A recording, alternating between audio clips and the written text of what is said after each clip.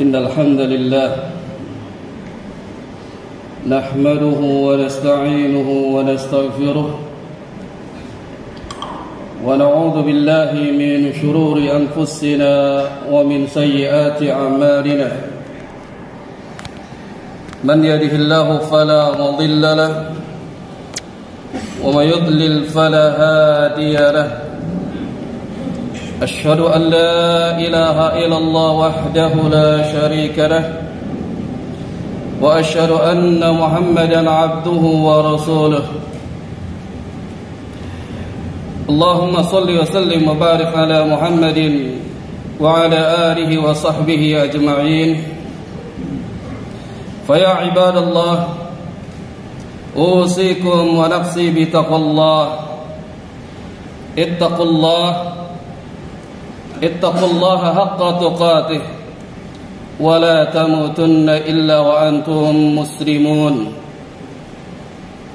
ثم أما بعد فإن أصدق الحديث كتاب الله وخير الهدي هدي محمد صلى الله عليه وسلم وشر الأمور محدثاتها وكل محدثة بدعة وكل بدعة ضلالة وكل ضلالة في النار. Ma'asyiral muslimin, sidang Jumat yang semoga dirahmati dan dimuliakan Allah Subhanahu wa taala. Dalam sebuah hadis diriwayatkan oleh Al-Imam Bukhari yang mana Rasulullah sallallahu alaihi wasallam bermimpi dibawa oleh dua malaikat yakni ke tepi sungai yang airnya darah, yang mana Rasulullah sallallahu alaihi wasallam melihat di sungai itu ada seseorang yang berenang di dalamnya, sehingga ketika dia menepi maka ada manusia yang melempari mulutnya dengan batu. Lantas orang yang berenang di sungai darah tersebut dia kembali ke tengah, dan seperti itu kembali kemudian dilempari mulutnya dengan batu, sehingga Rasulullah sallallahu alaihi wasallam bertanya kepada dua malaikat yang membawanya ke tepi sungai tersebut, siapa itu? Maka malaikat mengatakan, fa innahu akilur riba, dia adalah orang yang makan riba. Apa itu riba? Riba secara bahasa adalah az-ziyadah, artinya adalah tambahan. Jadi setiap transaksi ada jual beli atau hutang piutang yang tidak syar'i, pinjam meminjam, kemudian dengan disyaratkan mengembalikan ada tambahan 5 atau 10% ya, maka tambahannya itu adalah riba. Sebagaimana yang telah dijelaskan oleh Al-Imam Ibnu Mundir rahimahullah di dalam kitab Al-Ijma', beliau mengatakan ajma'ul ulama ala anna al-muslim idza syarata 10 sulfi hadiya aw ziyadah fa aslafahu ala dhalik an akhadahu ziyadah riba. Kata beliau, para ulama sepakat bahwa jika seseorang yang meminjamkan uang lalu mempersyaratkan dikembalikan dengan ada tambahan dari 10%, maka dia telah mengambil bagian daripada riba. Maka ma'asyiral muslimin, telah merebak di tengah-tengah kita ini praktek ribawi, bahkan sudah tersebar di media sosial secara online. Ada yang namanya pinjol, dan bahkan secara offline mereka datangi meminjamkan uang dengan disyaratkan nanti dikembalikan dengan ada tambahannya. Dan semua itu jika kita melakukan hal tersebut, sepakat para ulama bahwa riba hukumnya adalah haram. sebagaimana telah dijelaskan hukumnya oleh Al-Imam Ibn Qudamah di dalam kitab Al-Mughni. Beliau mengatakan ar-riba huwa muharramun bil kitabi wa sunnah wal ijma', bahwa riba itu hukumnya adalah haram. Ini kesepakatan para ulama berdasarkan dari dalil Al-Quran dan sunnah dan ijma'. Lalu apa bahayanya riba sehingga syariat Islam mengharamkannya? Agar kita tahu bahwa riba itu hukumnya adalah haram, tapi Allah Jalla Jalaluhu akan mengazab mereka, akan memberikan siksaan bagi mereka, orang yang terjerumus di dalam praktek ribawi. Bahaya yang pertama adalah riba seburuk-buruknya perbuatan. Sahabat Malik bin Anas, beliau mengatakan, falam ara syai'an asyarra minar riba li'anna Allah Ta'ala adina fil harbi. Kata beliau, aku tidak memandang sesuatu yang lebih jelek daripada riba, kerana perbuatan riba akan diperangi oleh Allah Tabaraka wa Ta'ala. Sebagaimana Allah Subhanahu wa Ta'ala berfirman di dalam surat Al-Baqarah, fa in lam taf'alu fa'adhanu biharbi minallahi wa rasulih.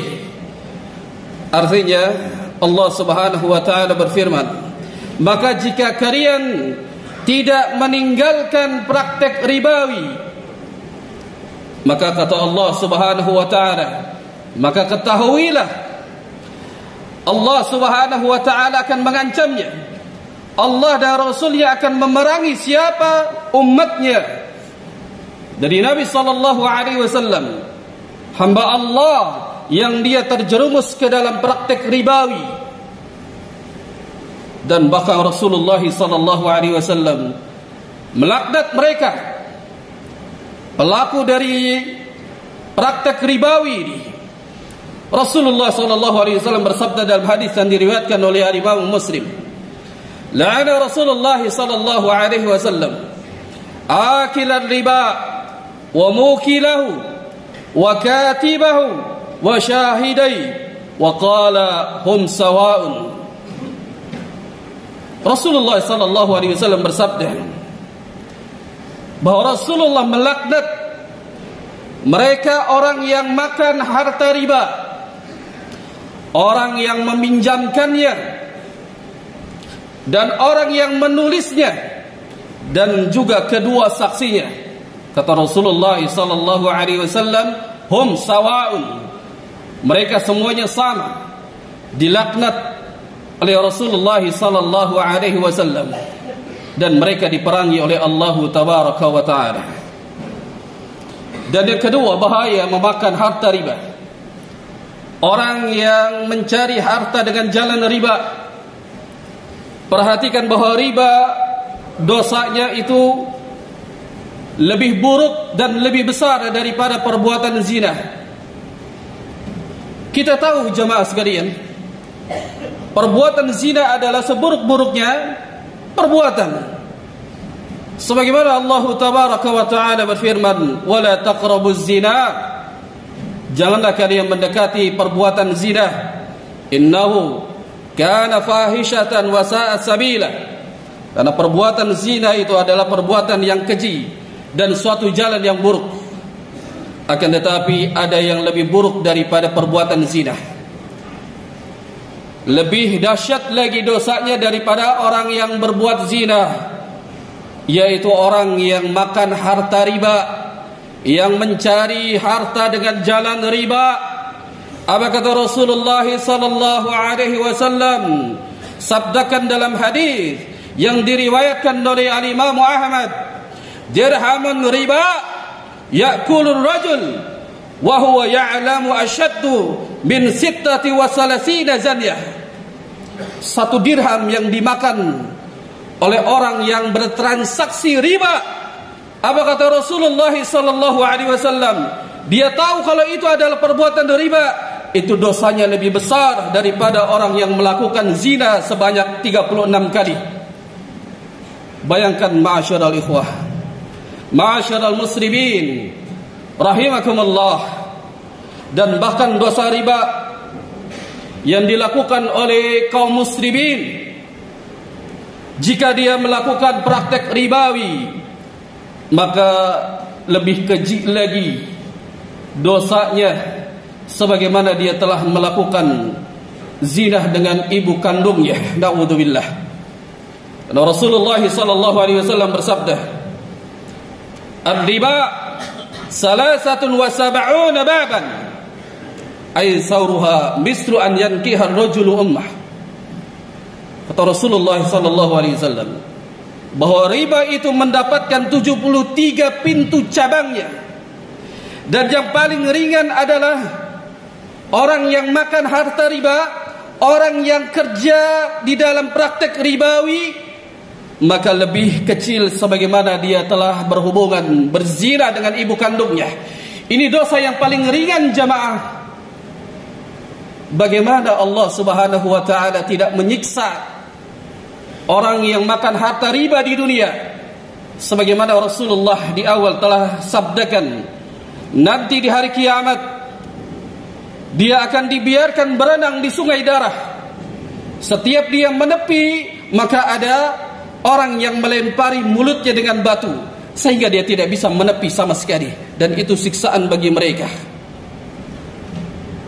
Di antara hikmah Allah Subhanahu wa taala mengharamkan dari praktek ribawi, di antaranya agar kita menjauhkan, karena ini seburuk-buruknya perbuatan.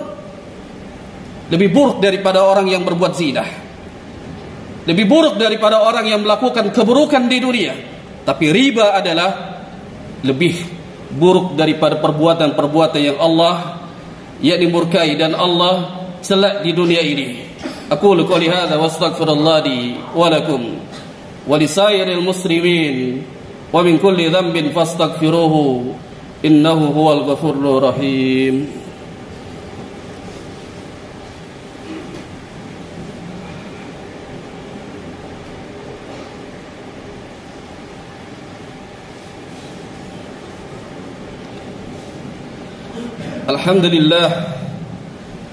Alhamdulillah hamdan katsiran thayyiban mubarakan fihi, wa asyhadu an la ilaha illallah wahdahu la syarika lah, wa asyhadu anna Muhammadan abduhu wa rasuluh la nabiyya wa rasula ba'dah. Amma ba'd. Ma'asyiral muslimin, sidang Jumat yang semoga dirahmati dan dimuliakan Allah Subhanahu wa taala. Dan bahaya riba di antara yang ketiga, agar kita mengetahuinya, bahwa orang yang makan harta riba senantiasa dia bergelimangan dengan harta ribanya. Ingatlah bahwa nanti ketika dia mati, dia akan dibangkitkan oleh Allah Tabaraka wa Ta'ala dari kuburnya sebagaimana orang kerasukan syaitan, dan dia menjadi gila. Karena hal itu telah ditetapkan, pasti dia akan dibangkitkan nanti dari kuburnya dalam keadaan kerasukan syaitan. Allahu Rabbul Izzati wal Jalalah telah berfirman di dalam surah Al-Baqarah, menceritakan, mengkisahkan bagi mereka orang yang makan harta riba, praktek ribawi di dunia, ketika dia dibangkitkan sebagaimana orang kerasukan syaitan. Allah Tabaraka wa Ta'ala berfirman, alladzina ya'kuluna ar-riba la yakumuna illa kama yakumu alladhi yatakhabbathu syaitan minal mas. Orang-orang yang makan harta riba, orang-orang yang mengambil harta riba itu, tidaklah dia akan dibangkitkan berdiri, melainkan seperti bangkitnya berdirinya seperti orang kerasukan syaitan, dan lantaran tekanan penyakit gilanya. Orang yang biasa makan harta riba, yang dia menghasilkan hartanya dari jalan riba, maka dia seperti orang gila. Dia tidak lagi bisa membedakan mana yang hak dan mana yang batil.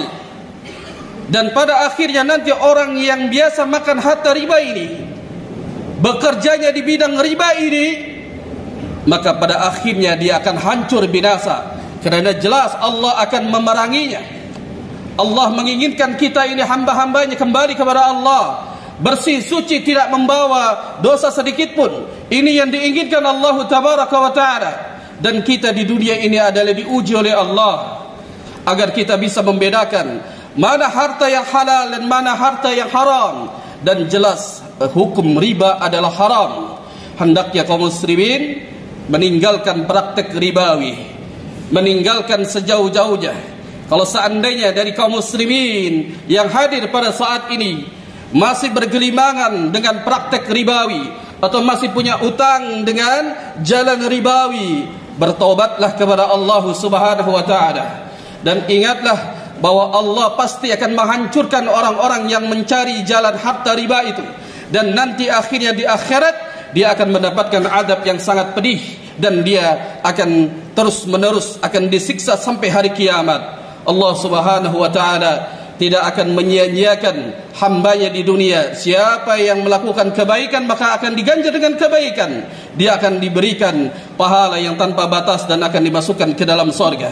Dan sebaliknya, Allah Subhanahu wa Ta'ala akan melihat, menguji hamba-hambanya. Jika dia meninggalkan apa yang Allah syariat larang, lalu dia meninggalkan dan mengerjakan ketaatan, maka niscaya Allah Subhanahu wa Ta'ala akan jadikan dia orang-orang yang bermanfaat di dunia dan akhirat. Al-jaza'u min jinsil amal. Karena setiap balasan itu pasti ada balasannya.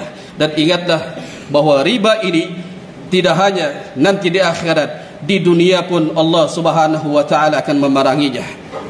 Semoga Allah Subhanahu wa Ta'ala memberikan kita hidayah, memberikan kita petunjuk untuk kita meninggalkan dari jalan riba ini, praktek ribawi, agar kita menjadi orang-orang mukmin yang sejati, yang mengamalkan amalan saleh dan meninggalkan perbuatan-perbuatan maksiat.